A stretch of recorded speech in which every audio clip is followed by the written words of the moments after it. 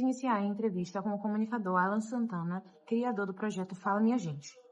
Fala, minha gente! Tudo bom com vocês? Muito prazer, estou aqui agora com vocês e vou compartilhar um pouquinho da minha história, né? Do Fala Minha Gente, também contar um pouquinho de mim, algumas coisinhas e dar uma dica para vocês, tá? Acompanha aí.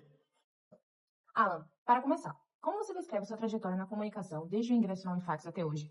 Bom, desde criança eu já tinha um desejo de ser comunicador, jornalista em si, né? E aí, quando eu entrei na Unifax, eu queria profissionalizar esse projeto, né? Tirar essa ideia do papel, tirar essa ideia da minha cabeça e obter um certificado, né? Porque eu creio que muitas pessoas hoje ela quer ser comunicadora, mas não tem ainda uma base, né? Então, quando eu entrei na Unifax, foi para eu entender passo a passo de como funciona a comunicação, né? E poder colocar isso em prática de uma forma mais profissional. Quais foram os maiores desafios que você enfrentou no início da carreira e como eles ajudam a mudar o seu estilo como comunicador? Então, a diversidade, eu acho que ela é necessária.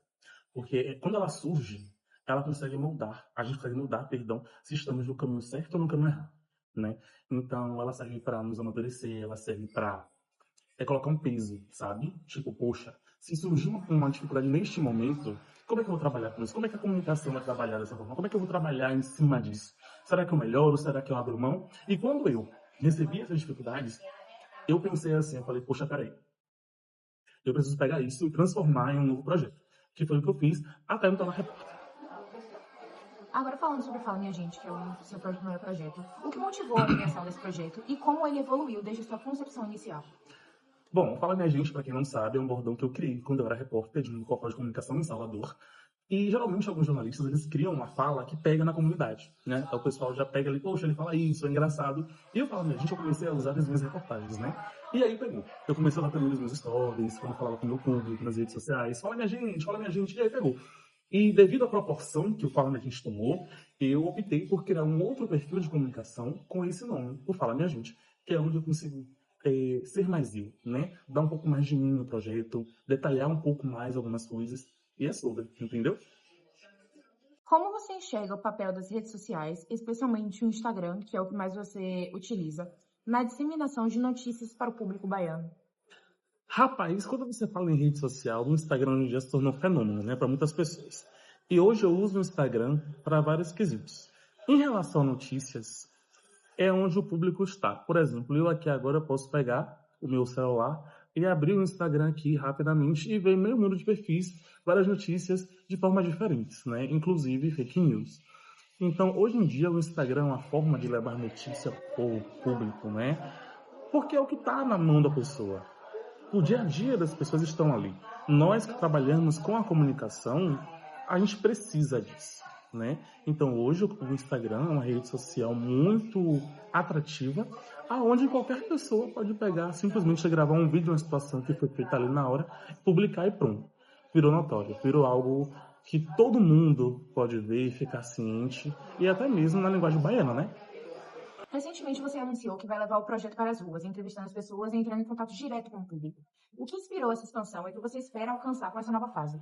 Olha, quando eu falo de ir para as ruas e me conectar um pouco mais com o público, é porque assim, eu acho que um jornalismo nas redes sociais, foto e texto, ele é positivo.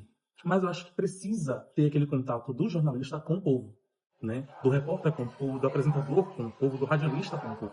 Porque não adianta eu trazer para você uma notícia e não entender você, né? Então eu acho que o principal papel do Fala Minha Gente nas ruas é isso, entendeu? É trazer o público para perto, né? Não é só isso que o jornalismo oferece, né? E quando eu falei que o Fala Minha Gente tomou essa nova proporção de começar a ir para as ruas, lidar com o povo, procurar entender o que o povo está precisando, sabe? Ou entender o povo, conversar com a população, eu acho isso interessante, isso é necessário. Então essa virada de chave de Fala Minha Gente para as ruas, para começarmos a fazer entrevistas de rua, conteúdos novos, né? Eu acho necessário para o jornalismo. Na sua visão, quais são as principais habilidades que um comunicador precisa desenvolver hoje em dia para poder se destacar no mercado? Rapaz, eu acho que carisma. Carisma, credibilidade, seriedade. Eu acho que são os tópicos que o jornalista precisa ter, ou até um comunicador, né? Porque, por exemplo, eu mesmo faço jornalismo. né? Então eu trabalho nessa parte mais jornalística. Mas o comunicador, ele precisa ter o quê? Carisma, ele precisa ter afeto, talvez, pelo público, precisa ter criatividade, entendeu? Precisa ter algo que cative o público, que prenda o público naquela rede social dele, onde ele mais usa, onde ele se destaca, né? Onde ele quer fazer alguma coisa dar certo, né? Então, para isso, ele precisa desses tópicos para conseguir se destacar. Porque não adianta pegar um simples celular, começar a gravar um vídeo e não ter esses tópicos e acabar não tendo resultado nas redes sociais. Ele não alcançar o público que ele de fato quer, né? Então, todo comunicador precisa ter esses tópicos. Como a sua passagem pela Unifax contribuiu para a sua formação profissional e para o desenvolvimento desse projeto? Bom, a minha passagem pela Unifax foi até rápida, por sinal, né? Mas me ajudou bastante, né? Porque foi aí que eu aprendi. Eu tive uma professora chamada Kátia Borges, não sei se ela é sua professora. Ela sim. Ela é essa professora, né? É um amor de pessoa. E ela falou sobre o uniforme, né? E aí eu consegui criar um uniforme na nossa atriz na época também. Então foi bem bacana, né? Foi algo divertido. Porque para nós comunicadores, em específico jornalista, que trabalha com notícia, saber criar um uniforme é algo necessário. Porque alguns passam pela faculdade, investem na carreira de jornalista independente, né, como eu, e criam um uniforme, criam seus sites de notícias para começar a publicar, postar coisas ali, notícias sobre carnaval, sobre Páscoa, sobre vários outros acontecimentos, entendeu? Então foi uma passagem importante, né, e necessária. Me ajudou bastante, até hoje ainda me ajuda para vários quesitos, várias questões ainda pessoais que eu lembro da minha vida. Como você lida com a responsabilidade de informar, considerando o cenário atual de desinformação e notícias rápidas que se espalham altamente pela internet? Rapaz, é uma pergunta complicada, sabia? De se responder, porque quando fala de responsabilidade, é um fato. Por que eu digo pra você é um fato? Porque hoje em dia existem muitas pessoas que são irresponsáveis nas redes sociais, né? Então, quando surge mais um, você para e pensa, poxa, como assim? Quem é? Será que é legal? Será que vale a pena? Então, o que é que eu uso?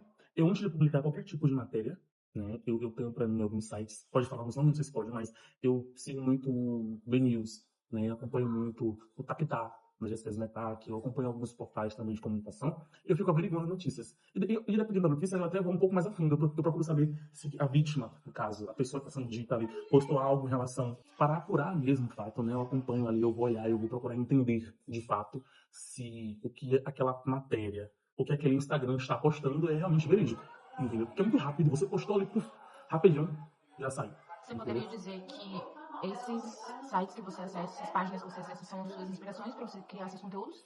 Ou Não tem exatamente, específicas? não exatamente. Tem algumas específicas, né? Tem Você algumas pode citar, específicas. por favor? Bom, eu falei, o BNews é uma das, mas eu acompanho também muito o VarelaNet, né? É um portal que eu acompanho muito.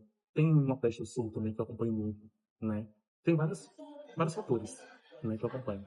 Quais foram os momentos mais marcantes ou transformadores da sua carreira até agora? Rapaz, tem alguns, né?